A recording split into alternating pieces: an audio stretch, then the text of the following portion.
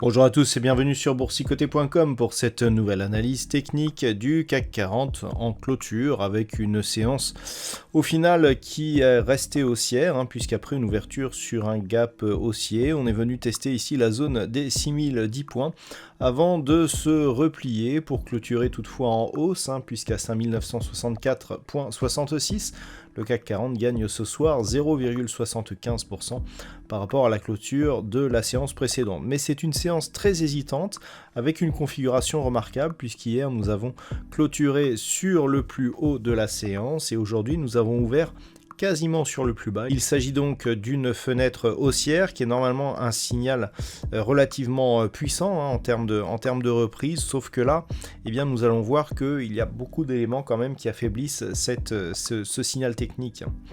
Du point de vue des indicateurs, déjà, ce que nous pouvons remarquer, c'est que nous avons un signal de retournement ici sur les histogrammes du MACD, donc là c'est plutôt positif. On a un signal assez mou du point de vue du RSI, mais qui est là aussi légèrement haussier. Alors que du point de vue des volumes, alors on est nettement inférieur à la moyenne des 20 dernières séances. Et surtout, on attendait le retour donc, des investisseurs américains, puisque hier c'était une journée fériée pour eux. Et donc on s'attendait à ce que les volumes remontent, car les volumes avaient été très faibles hier aussi, mais cela pouvait s'expliquer. Là, pour aujourd'hui, pas trop d'explications. Des volumes qui restent vraiment très faibles. On n'avait pas vu ça depuis un petit moment. Et donc, une conviction ici, suite à une ouverture sur gap, on aurait pu s'attendre ici à un possible gap de rupture. Mais vu cette ombre ici portée sur la partie supérieure de la bougie au contact d'une zone de résistance qui n'a même pas été franchie, clairement, je dirais que la puissance que pourrait normalement dégager ce signal haussier est un petit peu atténuée, voire même beaucoup. Et on reste ici sur notre fin, car justement, par rapport à ce signal, on se rend compte qu'il n'y a pas énormément de velléité haussière, alors que nous avons eu ici un gros mouvement. Donc, du point de vue déjà du palmarès, on a quand même de belles hausses, puisque du côté des hausses, donc, on retrouve des valeurs comme Worldline, Air Liquide, ST Microelectronics, qui gagne autour de 3%. On a aussi Saint-Gobain qui suit. Par contre, au niveau des baisses, nous avons des valeurs comme Carrefour, Sanofi, alors des défensives. Et puis derrière, on a Safran et Airbus.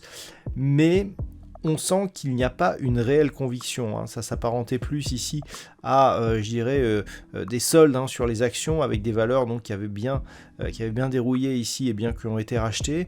Mais sinon, on ne peut pas vraiment parler de conviction. Et c'est assez étonnant par rapport justement à cette configuration, c'est que cette baisse ici qui a été si dynamique, pour l'instant, elle ne nous donne qu'un signal qui aurait pu être intéressant, mais qui au final reste poussif. Si on trace les retracements de Fibonacci ici sur cette phase de baisse, ce dont on peut se rendre compte, c'est que l'on est juste venu tester ici le retracement à 23,6% de Fibonacci, proche des 6030 points. On a marqué un point haut ici sur la zone des 6032,24. Donc du point de vue ici de ces retracements, on est clairement dans un mouvement technique de latéralisation, avec ici une oscillation qui se fait justement entre le point bas et cette zone de retracement. Tant que l'on est dans cette zone, donc clairement sous les 6010 points, on est dans une phase de consolidation horizontale. Une rupture ici de cette zone à la hausse des 6030 points nous donnerait un objectif lié justement à ces retracements sur le 38,2, 6137, donc dans le gap qui a été ouvert ici lundi dernier, et sur une tentative de rupture des 6100, voire test ici de la moyenne mobile 20 exponentielle.